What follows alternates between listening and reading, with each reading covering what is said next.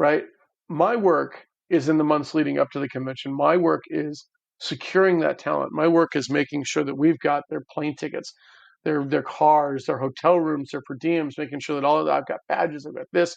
So in the 60 to 90 days before a convention, I'm a goddamn Tasmanian devil. I'm just all over the place, and I'm getting It's this, I'm true. collecting this, and I'm getting these things, and I got to get this restocked, and I've got my road cases, and I got to, we do, my coordinator Corey, do we have, we got flights, we got this, we got that, we're making sure that everything's up in order, and all that stuff. And then like once we got on site, I was good because at that point there's nothing I can do about it. Once people start getting on airplanes, there's nothing I can do about it. If there's weather, thanks Chicago, there's nothing I can do about that, right? If these things, these are just things that happen. The only thing I can do is just let it go, right?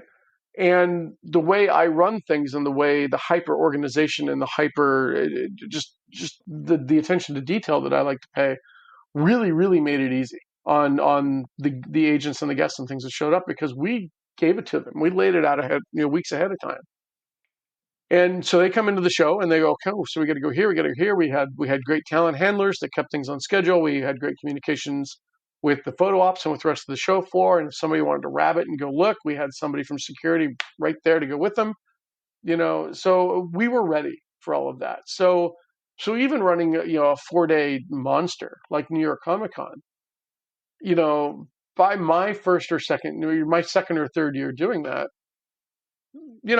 that's fine. These agents are like, I've never seen a promoter just sitting at the table. What are you reading a book? What are you doing over here? And I'm just like, I am just watching the trains go by. I'm just sitting up on the hill drinking my pina colada, enjoying the view at this point. Like, you guys got this. I don't, and then it was that kind of thing that helped draw them to the other cons. And that was good word of mouth too. They're like, this isn't, there was something to that. If I was relaxed, they could be relaxed. The more relaxed they were, the more relaxed their talent was. The more relaxed their talent is, the better the fan experience. I mean, it all, it all matters. It's all ripples in a pond. So, as long as I was cool, everybody else was cool, right? And when I needed to flip out, well, that's what back of house is for. That's when you disappear into a storage closet or, outside and around the corner and out to the loading dock for a few minutes and just kind of fall apart. Then you shake it off, you go back in, and everything's cool again. That's it. I mean, I remember my first morning. It was load in at C2E2 2018 on that Thursday, and this is not hyperbole, though I am prone to it. That Thursday, that was the worst day of my life. You don't know in the lead up to a show, and our roles were a little bit different.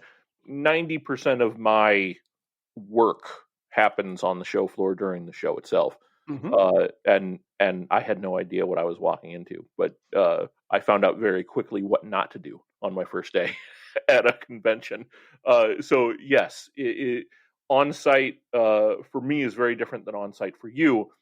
But I vividly remember when I first started with a company being drawn to you in a way because of how I saw you focusing so intently, and I would hear conversations and that sort of thing. I was never the guy who would go to shows. I've been to every C2E2. I'm from Chicago, or from the area anyway, and I love the show, and the fact that I got to work on it for so long now is amazing. But I was never the guy that went for the celebrities. But I was always fascinated by your role, and I made this clear to you pretty early on, because when I hear your role, to me, I'm hearing like a sales guy talking to agents and things of that nature, and how the whole thing works. So what I would love is kind of a rundown, and we've gone a little bit into it, of what your role was. So this is part of the reason I'm so excited that you're on the show, is because we've never really gotten to do this. And now I feel better about asking about it. What's the role? What's the process look like? We would have show team meetings where we come in and say, Todd, we want an Avenger. Get us an Avenger to the show. And you'll roll your eyes and make a joke or two. And where do you start from that point? What does that look like for you from a process standpoint? It's a number of things. It's interesting that you say sales, because like being in sales is never something that I've ever felt like I was very good at least not in the conventional sense, right? Like I can sell somebody on renting a videotape, or I can sell somebody on buying a comic book. But that's, I could rent somebody an apartment, or I could rent them office space, and it's all sales to a degree. But my job with Repop was buyer. I was the talent buyer. But there is a certain amount of salesmanship because you've got to sell the agents and you've got to sell the talent on the promoter. And in an industry where there are a lot of promoters that are less than honest, where there are a lot of promoters that can be circumspect with finances, and you hear the horror stories all the time, of shows that weren't able to pay talent, shows that didn't buy plane tickets, shows that didn't do this, didn't do that. Um, the unfortunate thing is that those shows cast a light on the ones that aren't doing those things, that are trying to do it right. So part of my job initially was to reintroduce Read Pop to the world, and nothing disparaging about Read Pop necessarily, but at the time they brought me on, they didn't really have anybody in the company that was doing the talent stuff. They had a couple of people that were doing it because somebody had to, but that wasn't their primary job. And so I was sort of taking things over from them.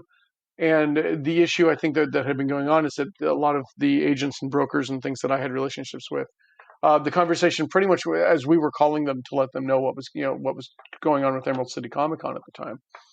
The conversation was pretty like, "Hey, Emerald City ComicCon's just been bought by Repop." "Oh no, but they got me too. I'm going to be working for Repop." Oh, great, perfect, okay, right? Because I think that they just weren't getting anywhere.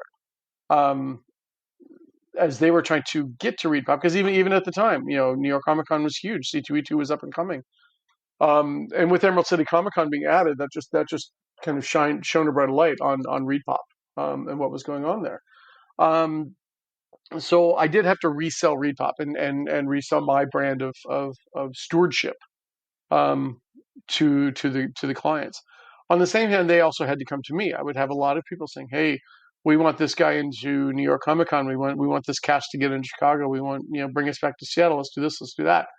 And that was where a lot of the team meetings come in. And we had developed a strategy around guests and things like that. And it was an eye opener to me, because it was always just like at Emerald City Comic Con, we were just like, "Yeah, okay, let's take that chance. Let's do this. Let's do that." And Repop was much more methodical and much more, a little tighter, with that kind of thing. It was, here's your budget. Do we want to spend this money on guest X, or do we rather spend that money on guest Y, or would we rather split that and get guest A and B?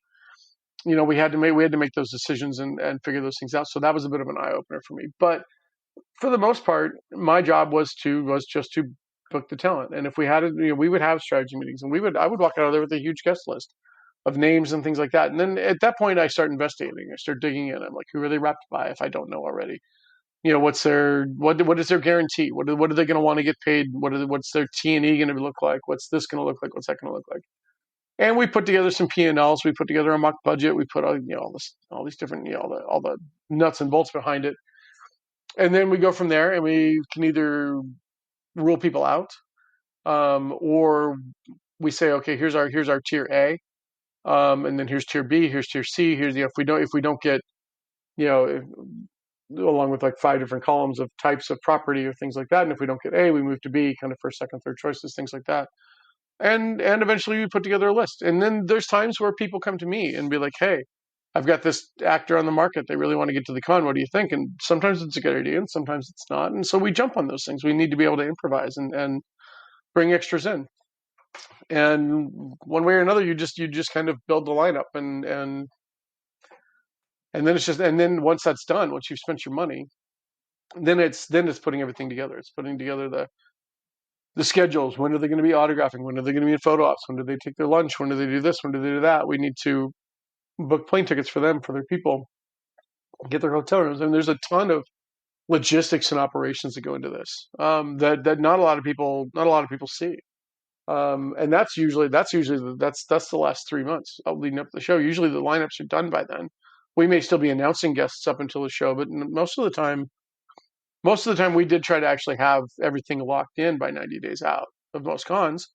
And then it was just, and that gave us time that if anybody had to cancel or bow out, then we had time to backfill. So, well, it's interesting to me because I want to backtrack just a little bit and talk about, mm-hmm. You have relationships that you've built for a few years now, 5-6 years since you started doing this for Emerald City. So you obviously have a Rolodex of agents in LA or wherever that you call and say, hey, I know you're repping this person or that person. How important were those relationships?